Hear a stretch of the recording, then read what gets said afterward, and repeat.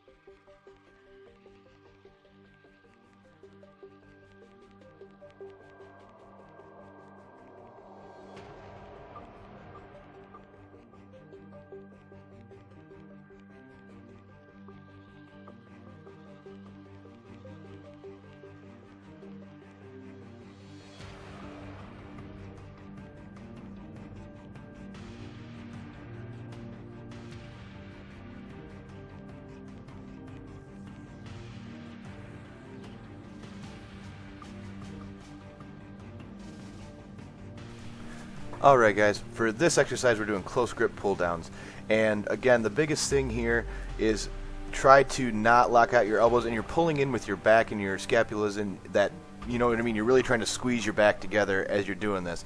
Now just from watching this video, I didn't realize that I actually sway as much as I do, which is something that I need to work on. Is when you see Kyle do this, like right now, you can just see, look how perfect the form is. That's exactly what you want, is right what you see there. No swaying, no movement until the last couple reps to try to burn out a couple extra reps. I need to probably drop my weight down a little bit and focus more on not swaying and keeping that tension on the back. But that's something that you really need to work on. The other thing is, again, not locking out and really stretching the back out at the top of the exercise and then squeezing it back together on the bottom of the exercise. Again, we're really trying to contract the back muscle during this exercise, and that's the main goal. So keep that in mind as you're doing this. And we did 4 more sets of these. Again, trying to do about 12.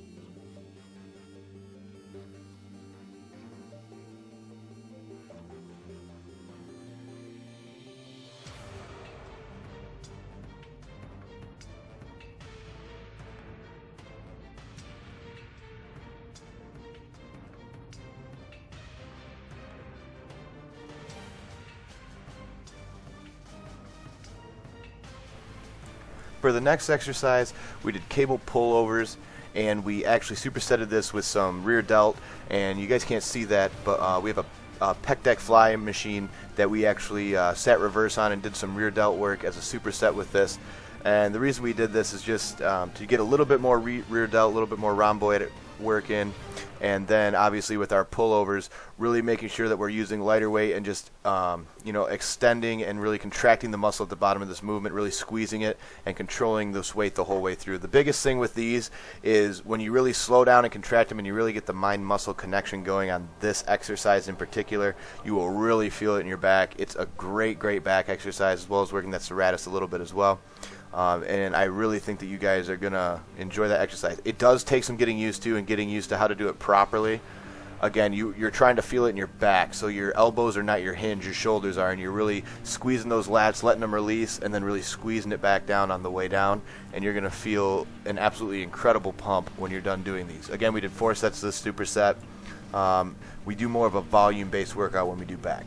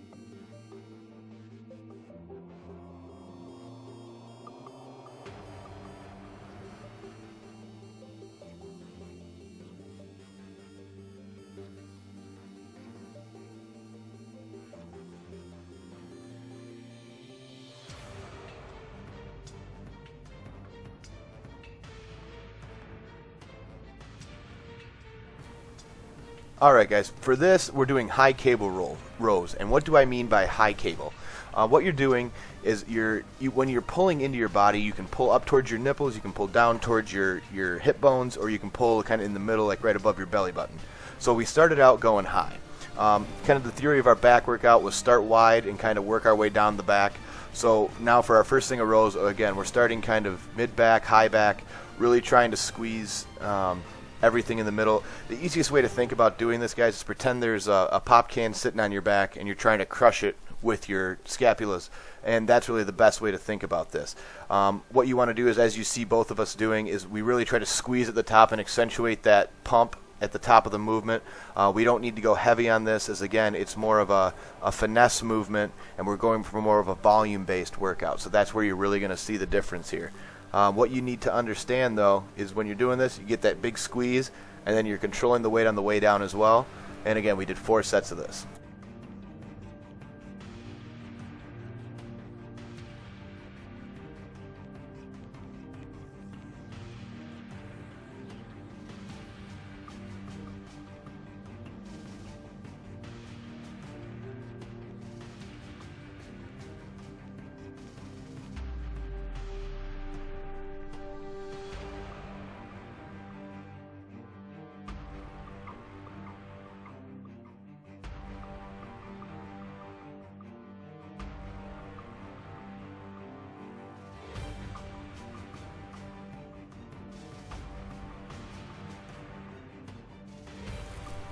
Alright guys, this one is bent over barbell rows, and again this one we're going mid, so we're going pretty much right above our belly button is where we're really trying to bring the weight, and what we're doing is we're squeezing in the middle of the back. Now we're starting to work lower and lower down our back with these rows, so this is going to be more the mid to lower lat, and we really want to stay disciplined. You'll see a lot of guys do a ton of weight. Just to prove a point, I actually did a set with 275 just because people were wondering why we weren't doing more weight. You can actually throw, like I threw that amount on there and did 8-10 reps, but I was using so much momentum, you really don't get that pump and that squeeze in that back. So what you want to do during this exercise is make sure you're bending over far enough, make sure that you're keeping your core tight because you don't want to hurt your lower back, wear a belt if need be. But again, what you're doing is you're really squeezing at the top and then controlling it on the way down and really pumping that back up. That's the goal here. We don't need to work anything else. We don't want to strain ourselves. We just want to get the pump. And again, we did 4 sets of this.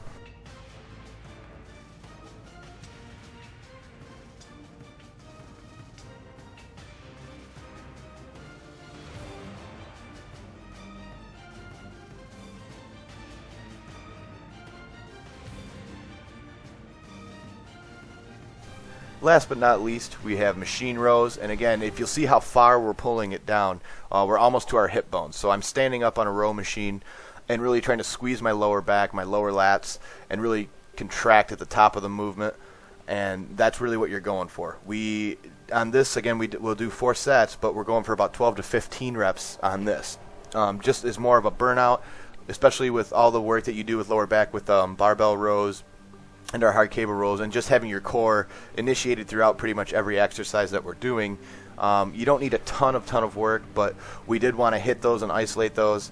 I actually got this one off of a Phil Heath video where him and Charles Glass were trying to hit a little bit lower on their lats and kind of work on that lower spread, and this will really help and really work on that, as well as with that pad in front of you, really keeping you safe and being able to keep everything tight and focus on where you need to focus. But this is our entire back workout for the day, guys. Hope you guys liked it. As always, watch the rest of the video. We'll see you in the next one.